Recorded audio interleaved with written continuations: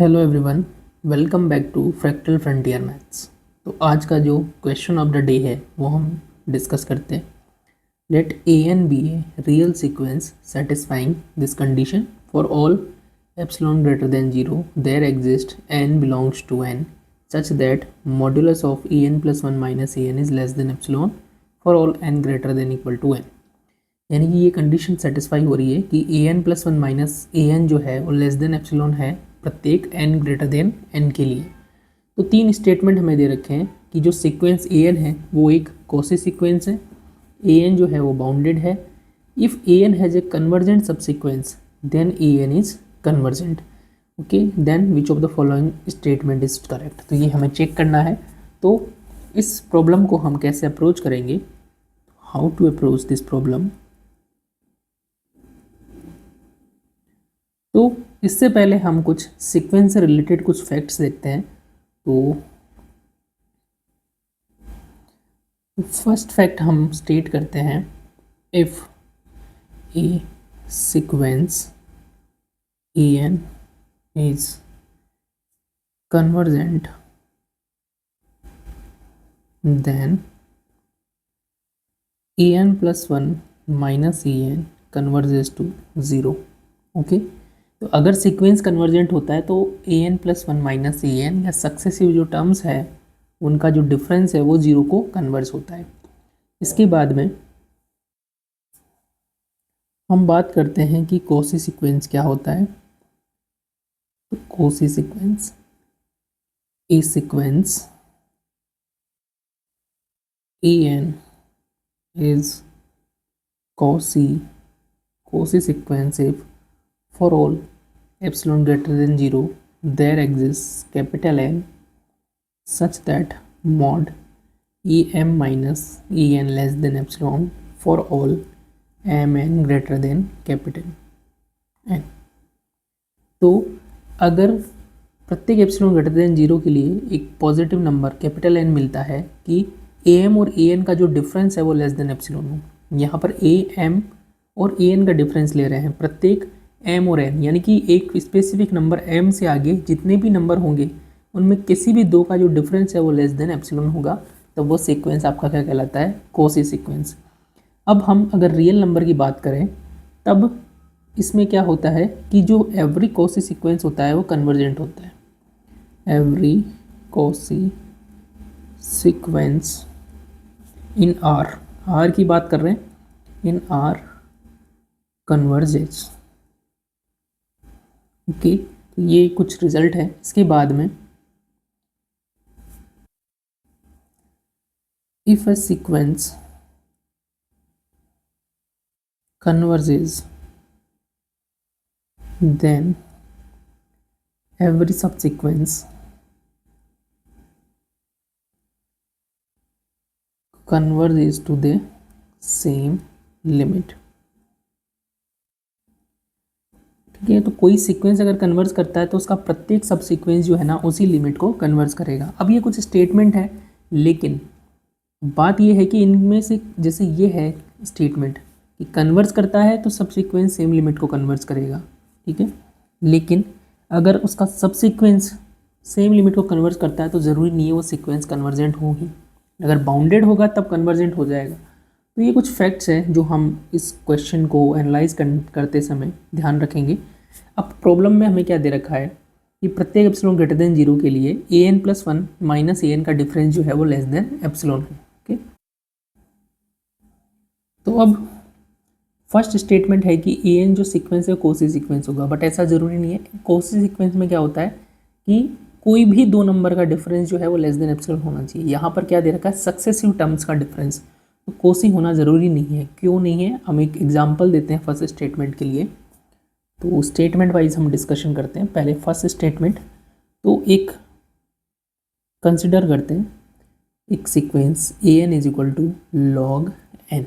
Okay, now हम difference calculate करते हैं a n plus one minus a n, तो ये हो जाएगा log n plus one minus log n, और ये हो जाएगा लॉग की प्रॉपर्टी अप्लाई करेंगे, log a minus log b हो जाता है लॉग ए अपॉन बी।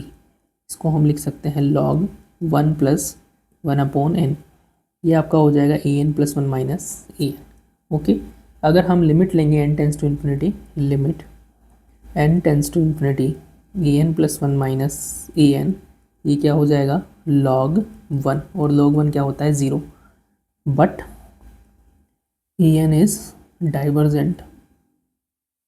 डाइवर्जेंट क्यों है? क्योंकि log n है, ये इन्फिनिटी की ओर जाएगा, limit n tends to infinity A N is infinity. इसका मतलब हो गया A N is not Cauchy sequence, क्योंकि कॉसी होता तो कन्वर्जेंट होता, कन्वर्जेंट नहीं है, इसका मतलब कॉसी सीक्वेंस भी नहीं है। Therefore the statement one is not correct. Okay, next देखते हैं। नेक्स्ट है आपका ए एन इज बाउंडेड। यहाँ पर जो ए एन हमने लिया है log n, वो बाउंडेड भी नहीं है। Also the sequence a N is not bounded. इसका मतलब क्या हो गया? The statement second is not correct. तो दोनों स्टेटमेंट फर्स्ट और सेकेंड जो है वो आपके करेक्ट नहीं है, तो ऑप्शन ए गलत हो गया, ऑप्शन डी गलत हो गया, क्योंकि इसने क्या कहा है सेकंड भी ट्रू है। अब बात करते हैं थर्ड की कि थर्ड ट्रू है या नहीं है। तो थर्ड स्टेटमेंट है if a N has a convergent subsequence then A N is convergent, कि अगर ए एन इस कंडीशन को सेटिस्फाई कर रहा है और साथ में इसके पास एक कन्वर्जेंट सबसिक्वेंस भी है, तब ए एन क्या होगा? कन्वर्जेंट। तो इसको चेक करते हैं। तो इन जनरल जो है आपका थर्ड स्टेटमेंट जो है वो ट्रू होना ज़रूरी नहीं है। इसके लिए हम एक सीक्वेंस कंस्ट्रक्ट कर सकते हैं जो कि पीरियोडिक हो, साथ में उसमें पीरियोडिकली जो स्लो चेंज हो रहे हैं। तो ऐसा फंक्शन में कंस्ट्रक्ट करता हूँ। अभी हमने log n लिया है, इसको हम साइन या कोसाइन में लिख सकते हैं, तो मैंने यहाँ पे साइन में लिख दिया। ये कंसिडर कर रहे हैं, पहले तो चेक कर रहे हैं कि जो गिवन कंडीशन है वो सेटिस्फाई कर रहा है या नहीं कर रहा है। तो हम a n plus one minus a n construct करते हैं, तो sine log n plus one minus sine log n।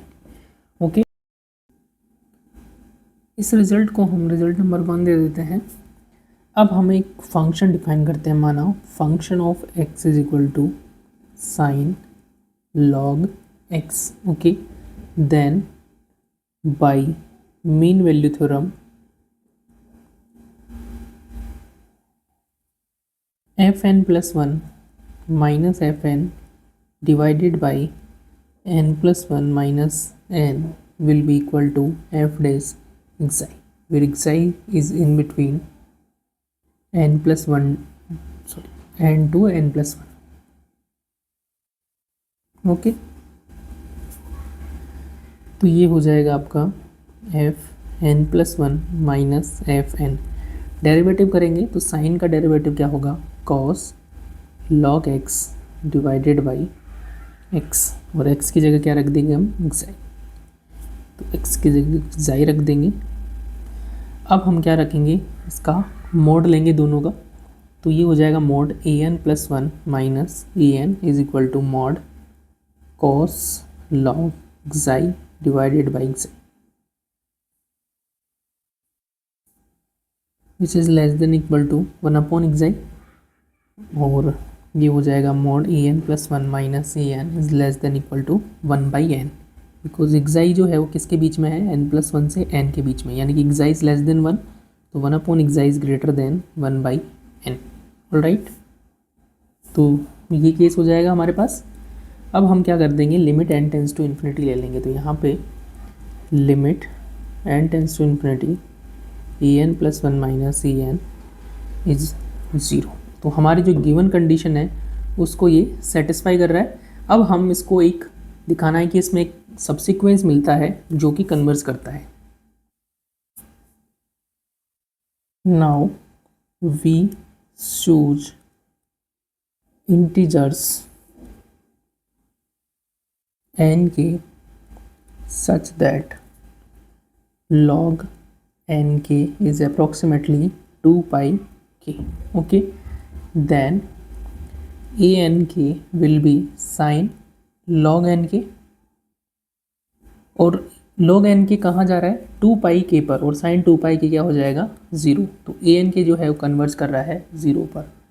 Therefore there exist a subsequence A N K of A N such that A N K converges to 0, but the sequence an is not convergent. all right, तो उसका मतलब हो गया कि the statement 3, the statement 3 is not correct. So all the 3 statement are incorrect. सो ये गलत हो जाएगा, केवल एक ऑप्शन सही होगा C. So option number C is the correct option, hence the option C is correct. Alright, तो ये था आज का क्वेश्चन ऑफ द डे, जो कि हमें दिख रहा था कि कोसी सीक्वेंस जैसा है, बट ऐसा नहीं है। कोसी सीक्वेंस को इस प्रकार से ज़रूर लिख सकते हैं, an plus p minus an is less than epsilon for all n greater than n and p belongs to n, लेकिन यहाँ p की वैल्यू हम फिक्स नहीं कर सकते। ऑलराइट, तो ये था आज का क्वेश्चन ऑफ द डे। मिलते हैं next question of the day में। Till then keep learning, keep exploring. Thank you so much for watching.